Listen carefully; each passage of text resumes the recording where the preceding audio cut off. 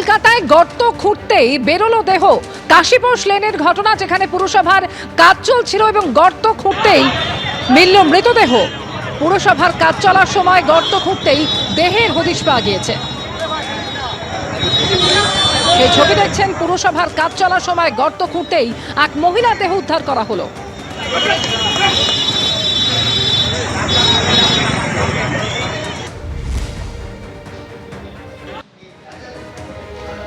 হাইকোর্টের নির্দেশ ছিল, সেই মতো ঢোলাহাটে মৃত যুবকের দ্বিতীয়বার ময়নাতদন্ত হলো। আপনাদের জানিয়ে রাখবো যে পুলিশের বারে মৃত্যুর অভিযোগ উঠেছিল এই ঘটনায়। সেই ঘটনায় হাইকোর্ট নির্দেশ দিয়েছিল যে ফের ময়নাতদন্ত করতে হবে জুডিশিয়াল ম্যাজিস্ট্রেটের উপস্থিতিতে। সেই মতো কবর থেকে দেহ তুলে এনে ফের ময়নাতদন্ত হলো। ঢোলাহাট থেকে মৃতদেহ নিয়ে আসা হয় এসএসকেএমে এবং এর আগে এনআরএসে ময়নাতদন্ত হয়েছিল। আজকে দ্বিতীয়বার ময়নাতদন্ত হলো এসএসকেএমে। ময়নাতদন্তের সময় উপস্থিত ছিলেন নিহতের বাবাও। জুডিশিয়াল ম্যাজিস্ট্রেটের উপস্থিতিতে এসএসকেএমে ফের ময়নাতদন্ত হলো মৃত যুবকের। ঝিরাম করণ সাহেব প্রতিনিধি রয়েছেন আমাদের সঙ্গে এই মুহূর্তে টেলিফোন লাইনে। ঝিরাম, দ্বিতীয়বার ময়নাতদন্তের নির্দেশ ছিল হাইকোর্টের, সেই মতো দ্বিতীয়বার ময়নাতদন্তের প্রক্রিয়া কি ইতিমধ্যেই সম্পূর্ণ হচ্ছে? আরে আমাকে লোকটাকে ধরতে হবে স্যার, তুই না যান্ত্রিক কারণে যোগাযোগ বিচ্ছিন্ন হয়েছে। আরও একবার যোগাযোগের চেষ্টা করব এবং যে খবর আপনাদের জানাচ্ছি, ঢোলাহাটে পুলিশের মারে যুবকের মৃত্যুর অভিযোগ করেছিল তার পরিবার। এই ঘটনায় হাইকোর্ট তার দেহের দ্বিতীয়বার ময়নাতদন্তের নির্দেশ দেয়। জুডিশিয়াল ম্যাজিস্ট্রেটের উপস্থিতিতে এসএসকেএমে আজকে ফের ময়নাতদন্ত হলো এবং ভিডিও রেকর্ডও করা হয় পুরো প্রক্রিয়ার।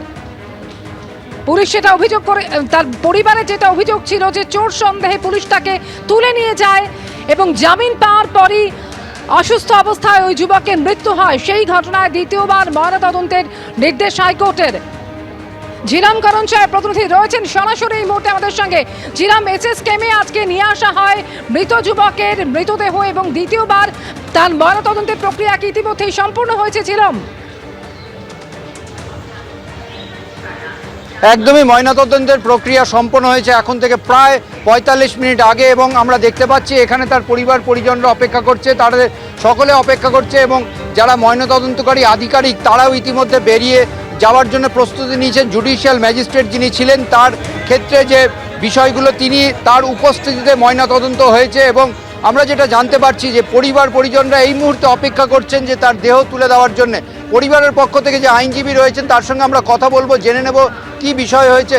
ময়নাতদন্ত কতক্ষণ আগে শেষ হয়েছে? মিনিট 10 আগে শেষ হয়েছে। কি বলছে পরিস্থিতি এবং কিভাবে হলো বিষয়? ময়নাতদন্ত যেটুকু হয়েছে, কোর্ট যেটা ডাইরেকশন দিয়েছিলেন যে 3 জন স্পেসিফিক ডাক্তার, বিভিন্ন বিভাগের ডাক্তার হতে হবে, আমাদের জুডিশিয়াল ম্যাজিস্ট্রেট থাকতে হবে এবং যিনি ভিডিওগ্রাফি করবেন ফরেন্সিক এক্সপার্ট হতে হবে, সেটা পুরোটা মেন্টালি পুরোটাই কভার করা হয়েছে।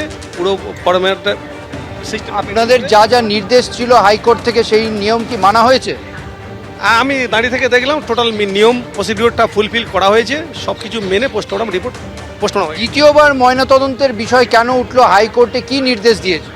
হাইকোর্ট নির্দেশ দিয়েছিল যেহেতু কোনো ভিডিওগ্রাফি হয়নি আর কোনো জুডিশিয়াল ম্যাজিস্ট্রেটের সামনে হয়নি এবং যে মারা গেছে তার বাড়ির লোকের কোনো প্রেজেন্সে ময়নাতদন্ত হয়নি, অর্থাৎ এর আগের যে ময়নাতদন্ত সেই ময়নাতদন্তের নানান বিষয়ে যেগুলো নিয়ে পরিবারের পক্ষ থেকে দ্বিতীয়বার ময়নাতদন্তের নির্দেশ ছিল হাইকোর্টে, সেই মতো ময়নাতদন্তের প্রক্রিয়া ইতিমধ্যেই সম্পূর্ণ হয়েছে। ধন্যবাদ ছিলাম তোমাকে।